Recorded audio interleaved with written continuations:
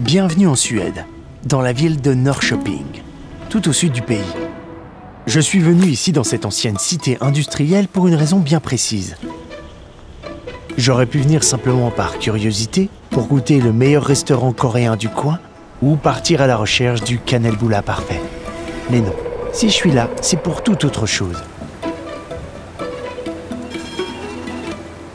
Dans cette ville se trouve, tenez-vous bien, la plus grande collection au monde consacrée au paranormal. Et je vais vous la faire visiter.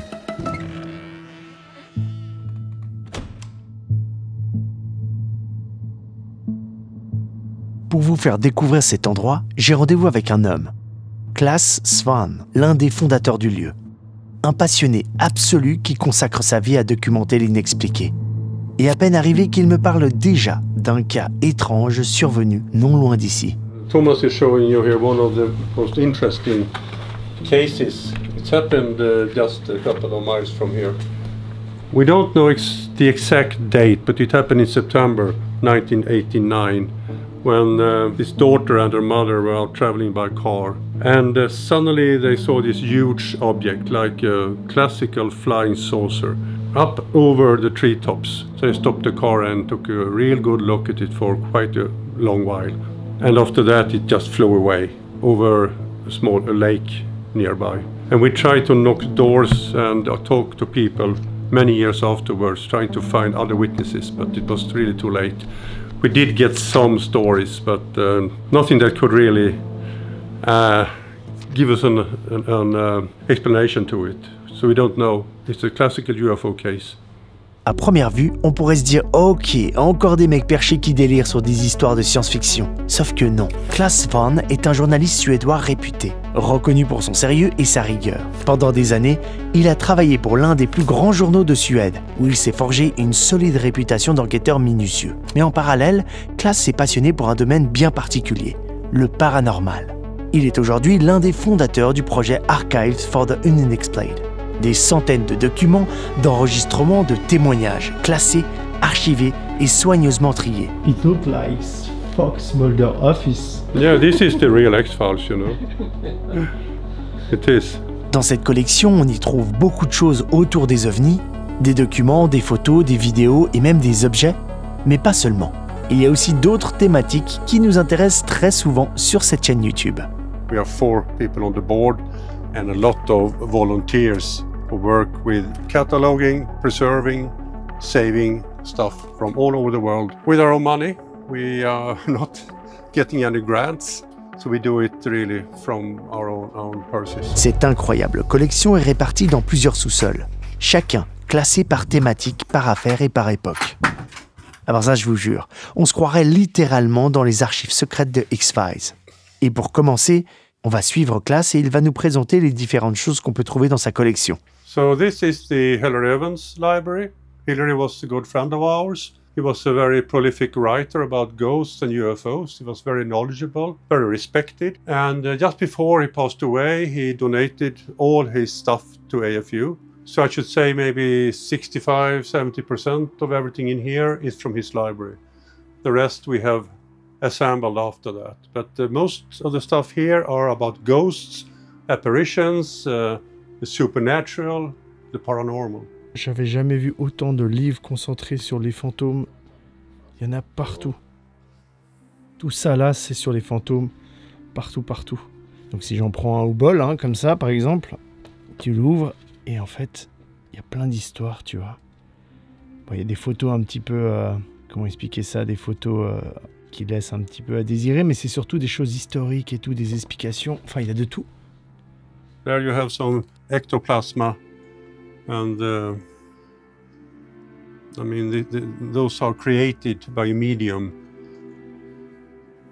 and also those pictures are shown to be double exposures. And here you can see ectoplasma coming out of the mouth of this medium.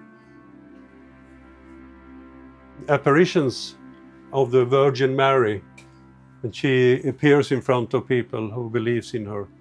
There are lots of books about that, and here's also folklore telling about small gnomes and fairies and, you know, the folklore stuff. Were they real people or only a figment of imagination? The stories are here. Here it says France. Here you have a section that says France, mythology and folklore. Check. Oh yeah, la bête du Gévaudan. Did you know that? Please say again. The beast of Gévaudan. Aha, yeah, yeah, beast. I understand that. Yes. This is the section where you can find strange sea monsters, like the Loch Ness monster, and of course Bigfoot and Sasquatch and the Yeti and every kind of strange animal in the field you call cryptozoology. Cryptozoology is about animals that nearly exist. Who knows? Here we are standing in a hallway really with private personal matters from ufologists in Great Britain mostly. And you can see here is the Hilary Evans archives, and Hilary Evans passed away maybe 10 years ago now. He wrote several books about ghosts. He was very prolific. He wrote about UFOs as well, very knowledgeable. And down the hall here you can also see Gordon Creighton's material. Gordon Creighton published the most well-known UFO magazine in the world, Flying Saucer Review, for many decades. And when he passed away, we were able to secure his files. So there are 50 years of UFO research here around us. À cet endroit, on a aussi des documents qui parlent des crop circles. Vous savez, ces formes étranges qui apparaissent dans les champs. Elles apparaissent un peu partout, mais principalement en Amérique du Nord et en Grande-Bretagne. Bien sûr, le phénomène est débunké. Aujourd'hui, on sait très bien que c'est créé par des humains, mais qu'une affaire soit vraie ou fausse, peu importe. Leur mission, c'est de tout rassembler, de tout documenter. Saving stuff is what I do and what we do. Saving and making available. So researchers and people just curious about the unknown have somewhere to go and find maybe some of the answers. So what drives me is to take care of this for the future and make it available now. Hopefully, many people will come here and work with us. Do you have a picture of a UFO, like a crazy picture, I mean, or... Yeah, we have UFO pictures. Serious UFO picture. Let's see what it is now. Let's see what it is in here, I'm not sure. Not that impressive maybe. Looks like a lamp through a window. Yeah, maybe. Yeah.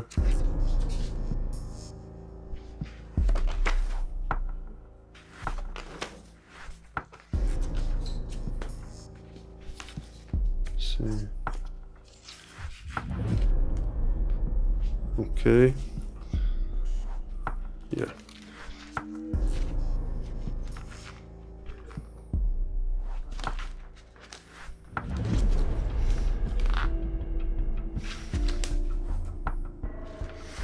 Not the best UFO pictures you've seen, at least some of them. Do you believe in UFO? You know, sometimes I get the question if I believe in UFOs, and you cannot believe in UFOs because UFOs exist. Unidentified flying objects that you really don't understand what they are of course real, but what lies behind the UFO mystery? I don't know, and my fellow workmates here at AFU doesn't know either. If they are aliens, if they are a figment of imaginations, if there is something completely different, we are not sure. But one thing we do know, they are sometimes physical objects that you could see on radar. You can touch on them, you can film them. It's a real thing, it's a physical thing, but also something else. It's very hard to put your hand on. So yes, I do believe that there is something real.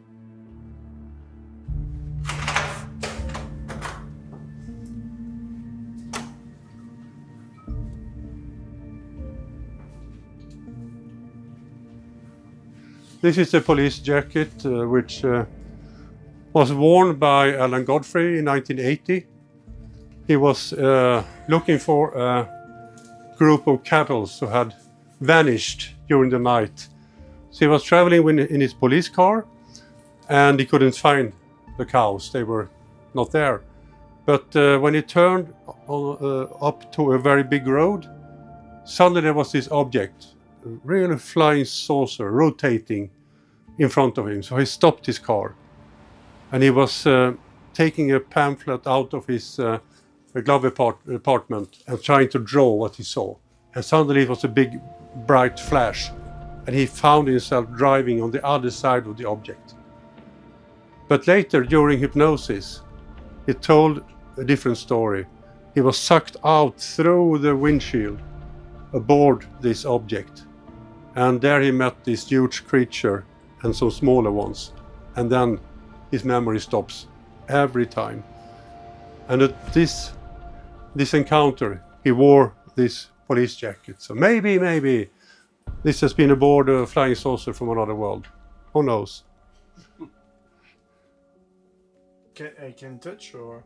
Yeah, you can touch it. Absolutely. Okay.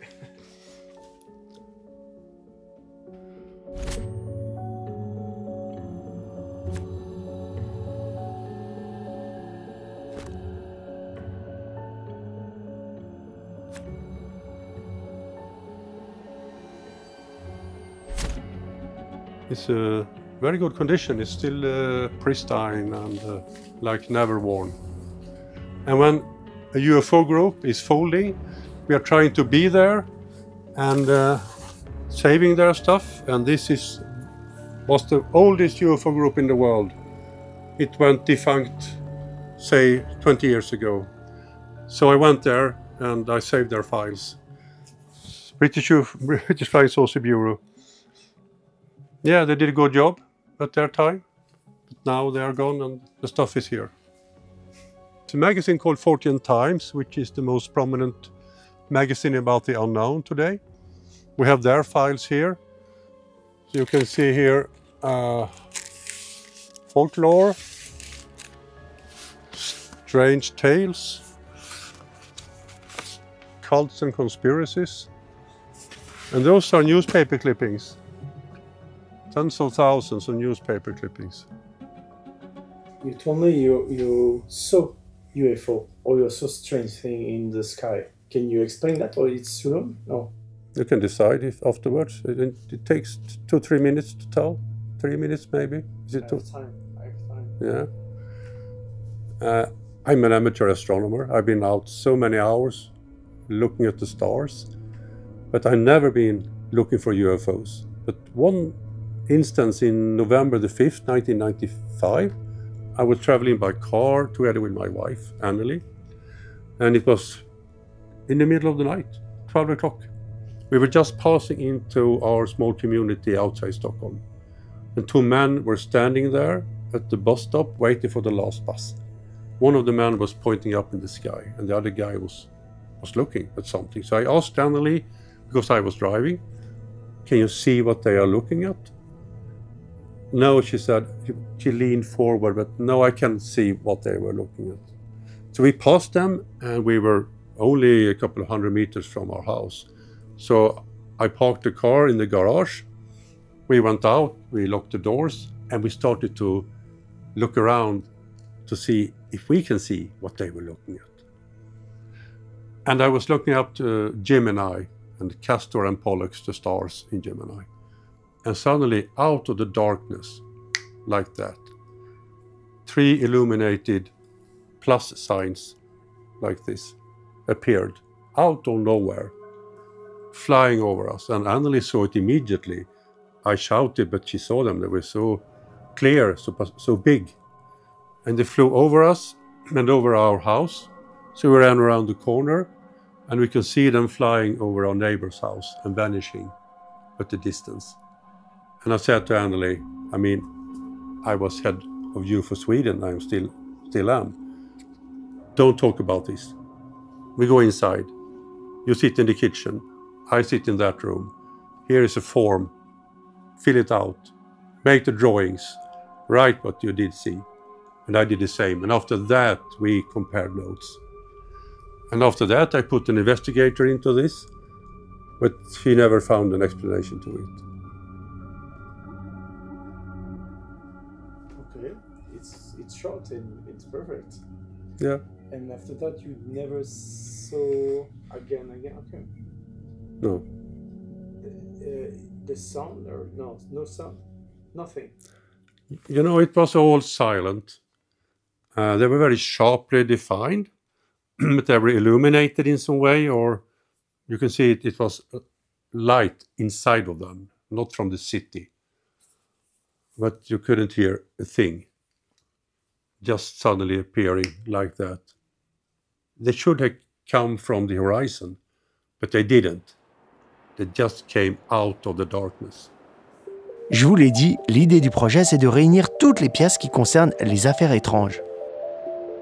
Ce lieu est ouvert à la visite, et surtout pour des recherches sur des thématiques bien précises. Vous cherchez une archive sur une affaire? Elle est sûrement ici quelque part rangée. En tout cas, personnellement, j'ai halluciné en visitant ce lieu. Le nombre de documents et de pièces. C'est vraiment une ambiance que je kiffe. Surtout quand des sujets étranges sont traités, étudiés et rangés de façon sérieuse. Et j'espère que vous aussi, vous avez apprécié la visite.